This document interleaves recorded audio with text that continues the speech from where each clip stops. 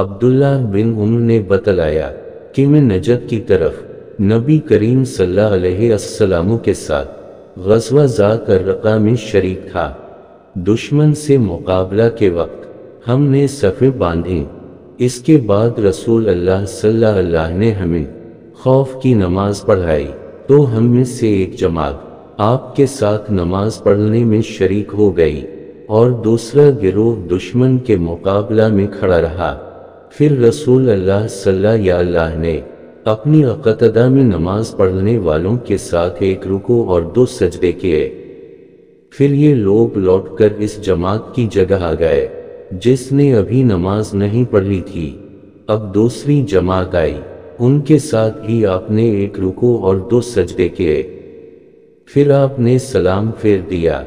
اس گروہ میں سے ہر شخص کھڑا ہوا اور اس نے اکیلے ایک رکوع اور 2 سجدے ادا کیے۔